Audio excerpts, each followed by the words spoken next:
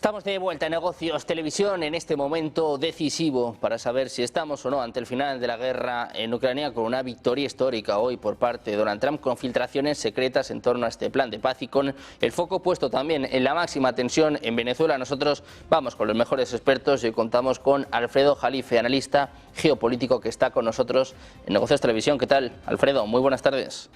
Encantado, Sergio. Un placer.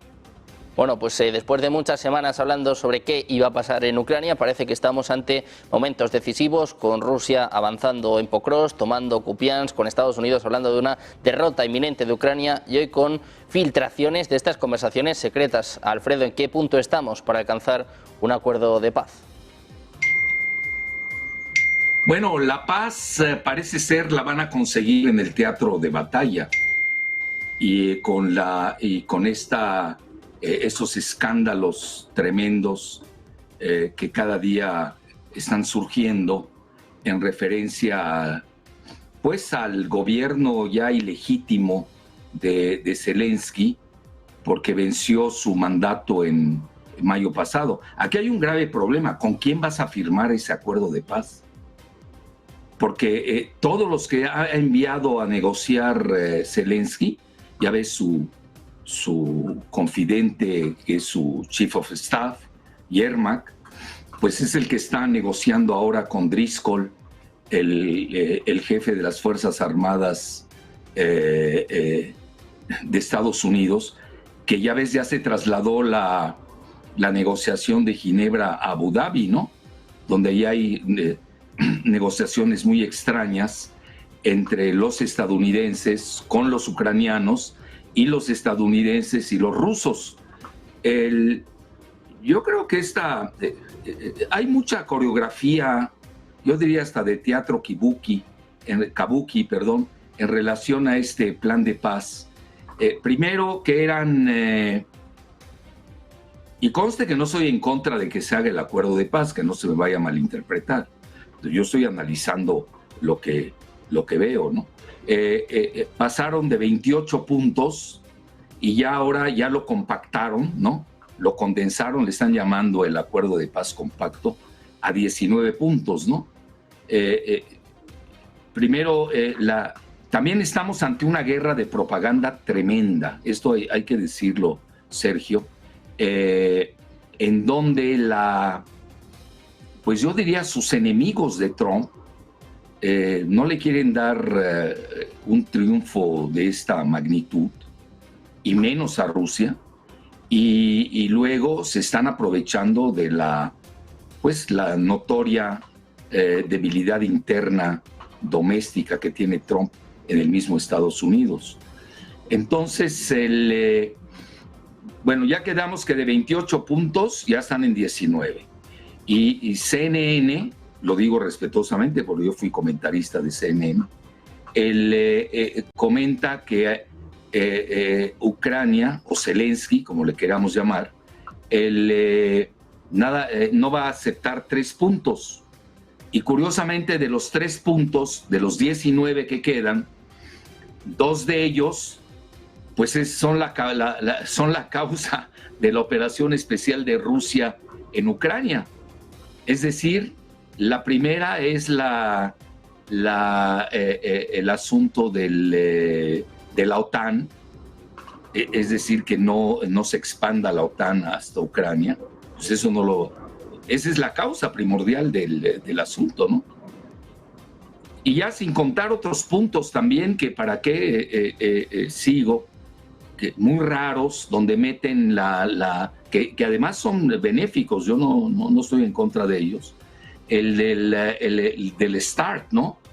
La reducción de armas estratégicas entre Estados Unidos y Rusia, que no veo que tenga que ver Ucrania en ese asunto, ¿no? O una de dos, o quisieron llenar ahí 28 puntos al estilo Gaza, o de qué se trataba. Como que hay muchas cosas que incluso en estas circunstancias, como se ha manejado el plan de 28, el primer plan de 28 puntos, pues ya ves, Bloomberg ha filtrado una supuesta llamada entre... Bueno, ahí meten a todos, también andan metiendo a Witkoff recientemente, el enviado especial de Trump. Luego entre Yuri Ushakov, que es el confidente también de Putin en el Kremlin, con nada menos que Kirill Dmitriev, que es el que supuestamente hace estos 28 puntos, ¿no? Lo cual es también absurdo, ¿no? Y luego recordará Sergio de que el mismo Witkoff, cuando salieron los 28 puntos, que lo filtra primero, es que estamos en una serie de filtraciones que hay que también ver y elucidar de qué se trata. Lo filtra Barak Ravid, bueno, que es israelí de nacionalidad y que opera como reportero ahora en Axios. Y cuando le preguntan a Witkoff ¿y quién filtró esto? Dice fue K. Bueno, y ahí quién es la única K, pues es el que renunció, nada menos que el general Kellogg, y ya ves que fue sustituido por Driscoll, ¿no? Que es una gente muy cercana al vicepresidente J.D. Vance, quien fue y acudió a esta reunión de Ginebra entre Estados Unidos y Ucrania. Y ahora también viene lo interesante. Este domingo, si uno lee las declaraciones de Marco Rubio, pues se dio una confusión tremenda. Y al final el mismo Marco Rubio ya no sabía cómo definir ese plan de paz. Bueno, mira, yo llegaría a algo más, yo diría más condensado, ¿no? Dentro de la condensación de que ellos hablan. La primera sería, y no lo perdería de vista, que a la salida de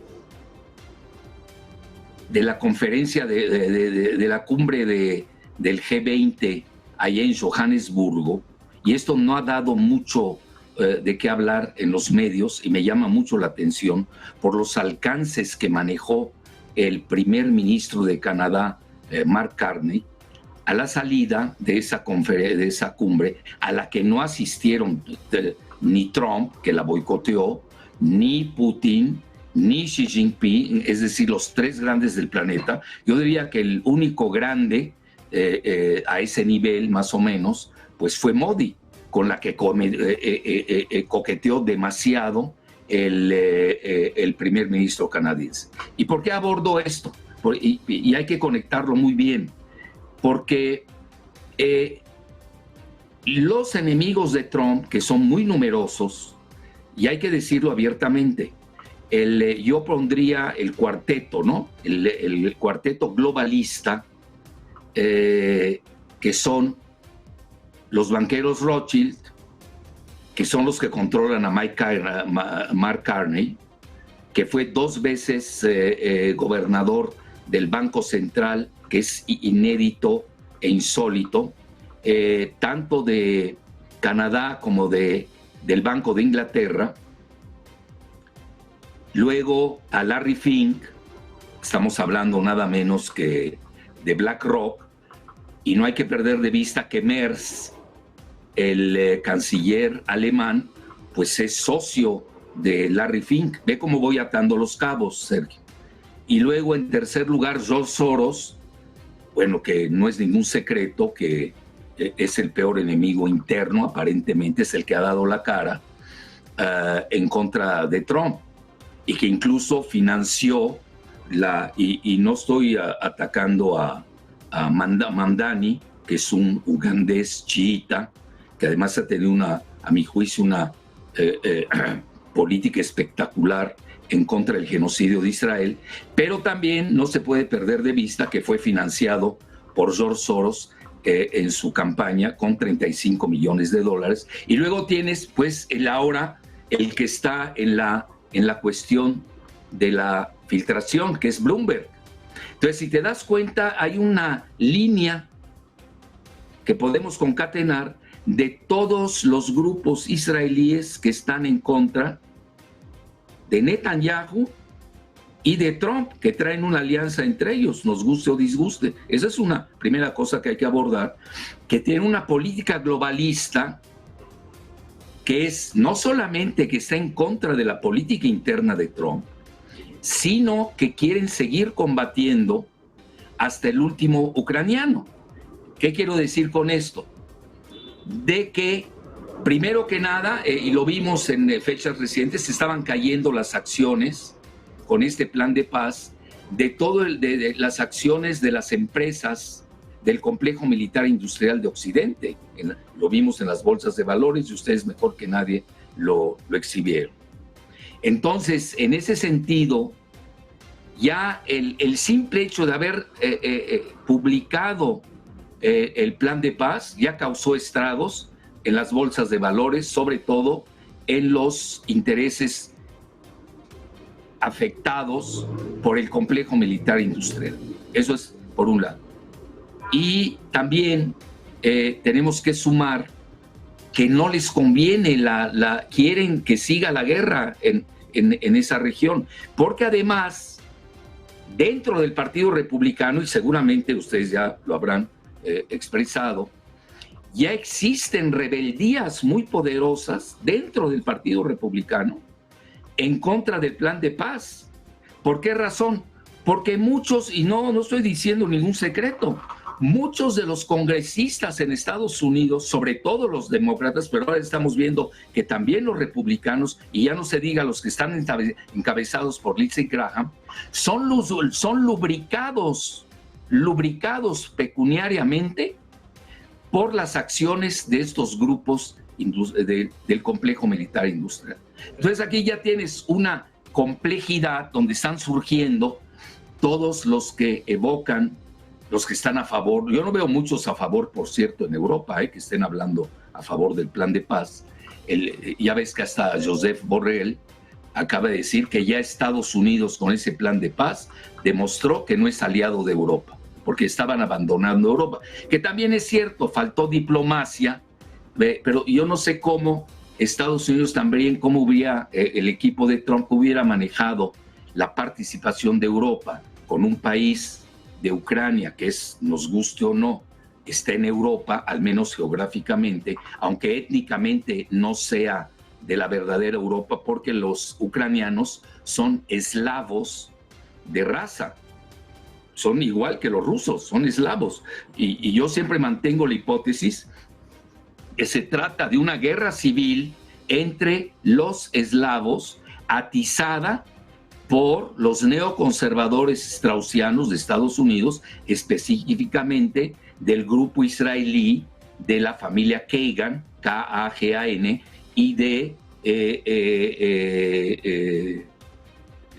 esta mujer, ¿cómo se llama?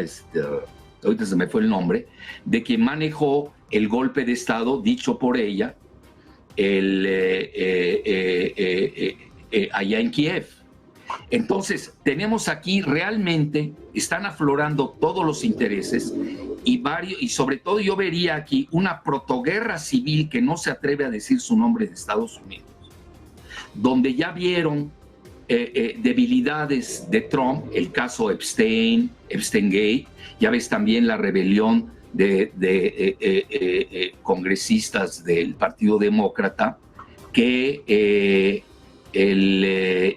ya están pidiendo la insurrección, es decir, que no obedezcan las órdenes militares en Estados Unidos. Oye, eso es tremendo. A veces no seguimos mucho esas notas, pero voy ya condensando todo esto en una nota importante que es a la que quiero regresar, que es a la de Mark Carney, cuando comenta que quiere hacer un nuevo orden mundial sin Estados Unidos, que conste, y fíjate de qué tamaño es, Sí, pero ya sabemos quién es Mark Carney. Al menos que sepa algo a nivel financiero, porque mira, guste o disguste, Mark Carney no es una persona cualquiera.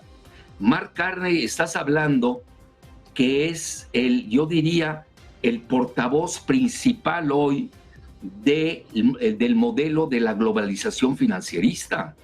A veces perdemos de vista muchas de esas situaciones, sobre todo en este contexto. ¿Qué sabrá de más que no sepamos nosotros los leguleyos? Y ahí precisamente comenta que ya Estados Unidos, obviamente con Trump, no sería lo mismo con un presidente demócrata, ya no es tan importante, y empieza a hacer una suma ahí muy interesante en donde coloca prácticamente a los países de los BRICS, porque hace acuerdos con los Emiratos Árabes Unidos por $50,000 millones, hace otro tanto con Modi, que sin duda alguna hoy al menos se coloca como la cuarta potencia, al menos en mis análisis, en forma integral en el grupo que domina el planeta.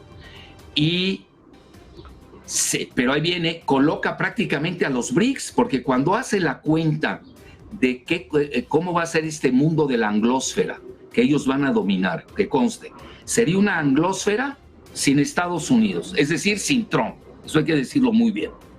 2, sería con los BRICS, pero sin Rusia, porque no hay que olvidar que son rusófobos. Bueno, eso es muy importante, porque aquí hay que tejer muy fino. Y luego me voy a esta filtración de que me preguntaste, de Bloomberg. Ya viene lo mejor.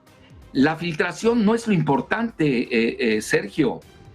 Lo más importante hoy del portal de Bloomberg es nada menos que el editorial que hace su propio dueño, que es Michael Bloomberg, que está aliado a estos grupos que son, fíjate, bueno, Bloomberg se pasa porque él es hasta xenófobo, ¿no? Pero es evidentemente rusófobo a ultranza. Entonces, porque aún entre ellos, entre los Rothschild, entre Soros, Larry Fink y el mismo Bloomberg, pues hay matices, ¿no? Uno de mayor o menor grado, ¿no?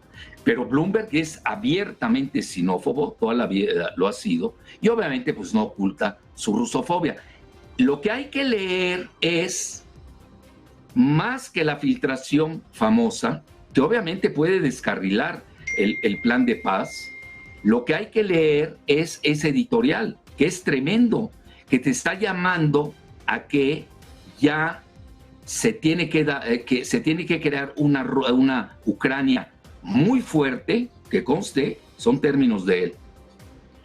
A ver, ¿cómo puede ser fuerte si estás perdiendo la guerra totalmente? Se está desmoronando la línea del frente, que era el blindaje supuesto inexpugnable, era su línea Maginot de Zelensky. Entonces, pero más que nada, y ahí es lo preocupante, que el Congreso de Estados Unidos debe aprobar la entrega de misiles de largo alcance que golpeen a Rusia en su profundidad. Y estás hablando de los famosos Tomahawk, que te acuerdas tú, pues había rechazado Trump en un momento dado, y llega hasta exhortar a que la misma Alemania, la Alemania de Merz, es decir, de BlackRock, de Larry Fink, también abastezca a Ucrania con los Tauros. Bueno, cuando ya te pones a atar todo, Sergio, está muy claro en qué estamos. Estamos ante una guerra civil que no se atreve a decir su nombre en Estados Unidos. 2, que sigue en la batalla entre globalistas y soberanistas. Ahora, ¿cómo van a sortear esto? Bueno, yo, mi muy humilde opinión, yo no le veo mucho futuro a estos 19 puntos, que luego hay que quitar de esos 19 puntos. Supongamos que Rusia acepte todos, lo cual sería un suicidio, porque hay muchas trampas financieras adentro, que esa parte no se ha abordado. Es tan extenso que necesitaríamos muchos programas para nada más abordar cada punto ahora de los 19, y yo le quitaría que ya están en 16, porque Zelensky no acepta 3. No, perdón, Zelensky tiene 3 que no va a aceptar Rusia. Entonces ya estamos en 16 puntos, ¿no? Bueno, entonces ya que negocias, si lo principal, precisamente la causal de la guerra fue la pertenencia supuesta que quería hacer Ucrania a la OTAN. Y aquí la parte financiera, que si te das cuenta ahí, no había razón para qué meter a lo de START, ¿no? Todo este tratado. La parte financiera, obviamente dejan de lado a Europa, porque no va a participar en el Bellocino de Oro, en la captura del Bellocino de Oro. Estás hablando de 300,000 millones de dólares, no es cualquier cosa. Entonces, de esos 300,000 millones de dólares, pues ya se vuelve un asunto privado ahí entre todos los proyectos que traen Rusia y Estados Unidos. Bueno, pues un momento clave para saber qué sucede con Ucrania, para saber qué sucede con este plan de paz de 28 a 19 puntos y que, bueno, pues ya veremos en qué se queda finalmente. Alfredo, un placer contar contigo un día más por aquí. Muchísimas gracias lo mejor por estar con nosotros. Un placer, Alfredo.